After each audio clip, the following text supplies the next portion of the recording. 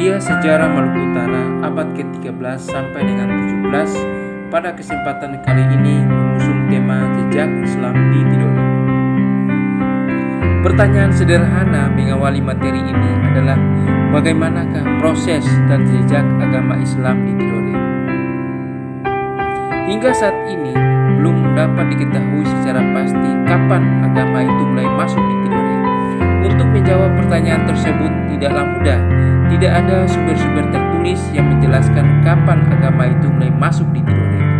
Meskipun begitu, secara umum sumber-sumber Eropa menyebutkan bahwa sebelum kedatangan mereka di Tidore pada abad ke-14 di kerajaan itu sudah ada beberapa kolano yang memeluk Islam. Valentin sebagaimana dikutip oleh De Clercq menjelaskan bahwa Kolano Nuruddin naik tahta di kerajaan Tidore pada tahun 1343 dan Hasan Shah naik tahta di kerajaan yang sama pada tahun 1372. Hal ini menunjukkan bahwa pada tahun tersebut sudah terdapat pengikut Islam di Tidore meskipun dalam jumlah yang sedikit.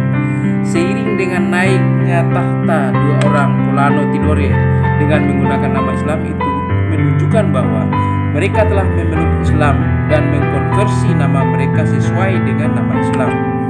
Siapa sesungguhnya nama non-Islam dua orang Kolano Tidore itu tidak dapat diketahui secara pasti.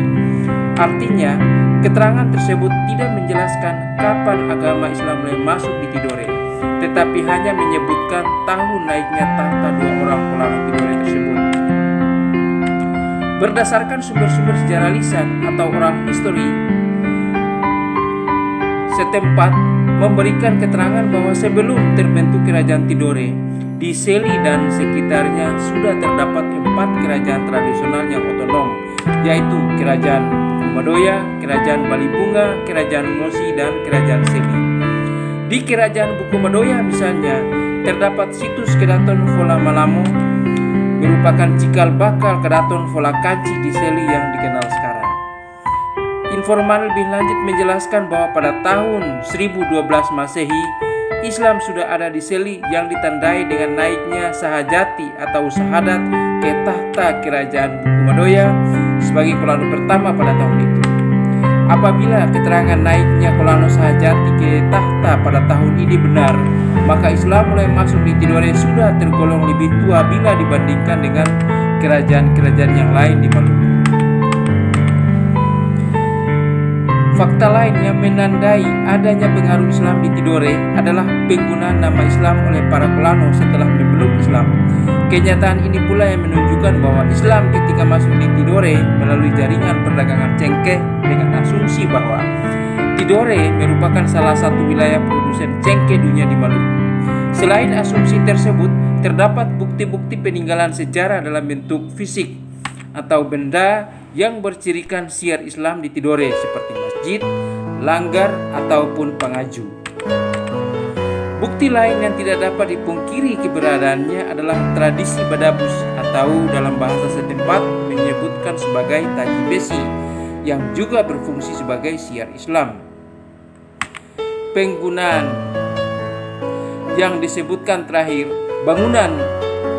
disebutkan terakhir juga merupakan tinggalan sumber benda termasuk yang paling tua di Tidore sebelum berdirinya masjid.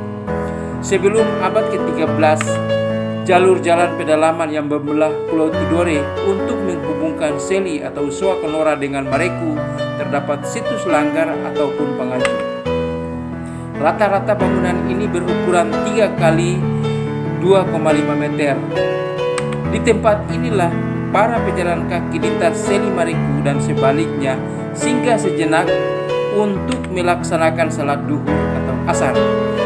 Hingga kini, langgar atau pengaju masih dapat dilihat di Mareku dan di Tanjung Sosio atau di Tahula sebagai bukti siar Islam di Tidore pada periode awal.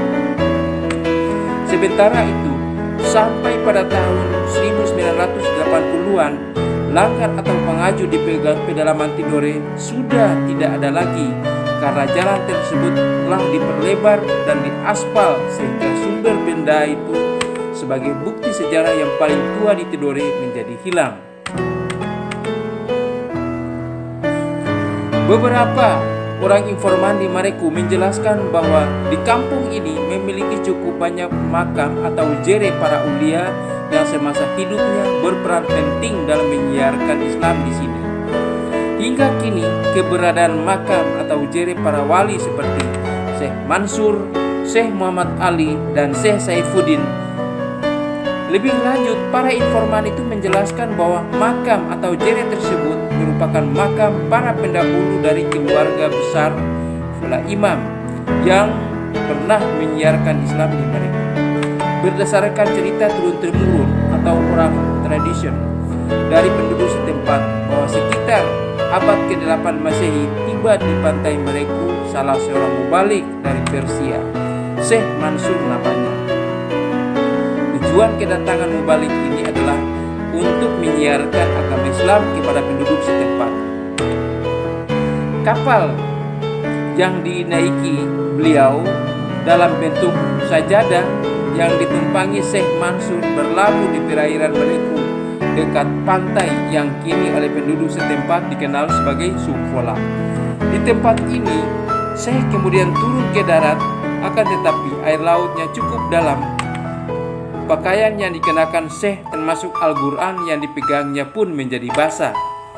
Setiba Syekh di pantai, Syekh kemudian menjemur pakaian dan Al-Quran yang terlanjur basah itu di atas sebuah batu agar cepat kering oleh sinar matahari. Sambil menunggu pakaian dan Al-Quran Syekh kering, Syekh pun ingin mandi. Syekh kemudian segera menggali sebuah sumur sederhana untuk bisa mandi sekaligus mengambil air.